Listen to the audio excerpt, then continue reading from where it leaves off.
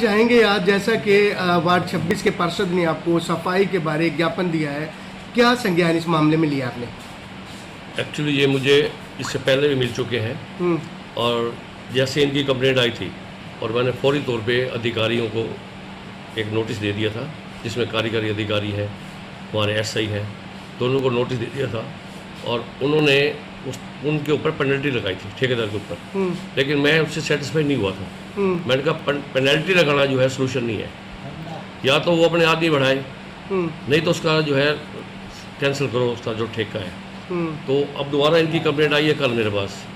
जैसे ही कंप्लेंट आई है मेरे पास, उसी टाइम फौरी टाइम पे ही मैंने जो है ठेकेदार को दोबारा नोटिस दे दिया है, भाई या तो काम कर ले, नहीं तो तेरा ठेका रद्द कर दिया जाएगा। उसकी जो कॉपी है वो मैं आपको प्रोवाइड करा रहा हूँ।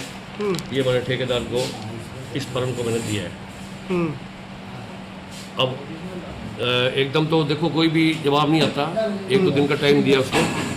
जैसे ही वो मुझे जवाब आएगा तो इसके खिलाफ एक्शन लेंगे। हमारा मतलब ये नहीं है कि इसको पेनल्टी लगाया जाए, हमारा मतलब है कि जनता को सुविधा दी जाए, सफाई व्यवस्था को दुरुस्त किया जाए। पेनल्टी से कोई मैटर नहीं है हमारा। या इसको ठेकेदार को ठेका रद्द कर दिया जाए और नया टेंडर हम कॉल कर देंगे। लगातार 4 महीने से पार्षद आपके सामने चक्कर काट रहे हैं। आपने पहले भी लेटर इन्होंने आपको दिया था एक ज्ञापन। मेरे संज्ञान में जब भी इन्होंने समस्या रखी, मैंने उस पर एक्शन लिया।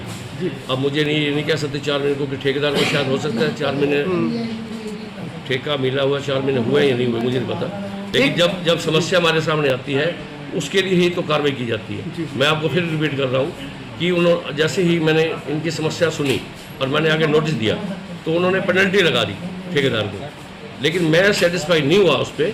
मैंने कहा कि मुझे पेनल्टी से कोई मैटर, मैं उससे सेटिस्फाई नहीं हूँ, पेनल्टी से कोई मतलब नहीं है, मुझे तो सफाई से मतलब है। सर बात करें इसमें, इन्होंने कहा था कि पेमेंट रोकने की बात। ऐसे ठेकेदार की आप पेमेंट क्यों नहीं रोकते? क्यों सिग्नेचर के फुल ऑफ पेमेंट करते हैं? एसेंशियल एक्ट में जितने कर्मचारी काम कर रहे हैं, अगर उसको ठेकेदार को हमने 20 आदमी की पावर दी हुई है और अगर वो 10 लगाता है तो 10 की पेमेंट जो है हमें देनी पड़ती है। लेकिन वो 20 की क्लेम नहीं कर सकता। अगर इनको ये डाउट है कि 10 की बजाय 20 की दी गई है तो फिर हम गुनाहगार हैं उसमें। कहेंगे किस तरह का आज आपने ज्ञापन सौंपा है? सबसे पहले तो आपके चैनल को आपके सभी दर्शकों मैं आज प्रधानमंत्री के पास आया हूँ सफाई की प्रॉब्लम के कारण। कई बार इस समाचार में से मैं शिकायत दे रहा हूँ, लिखित में भी दे चुका हूँ और प्रधान जी को भी लिखित में दे चुका हूँ। दूसरी तीसरी बार फिर आज दे रहा हूँ।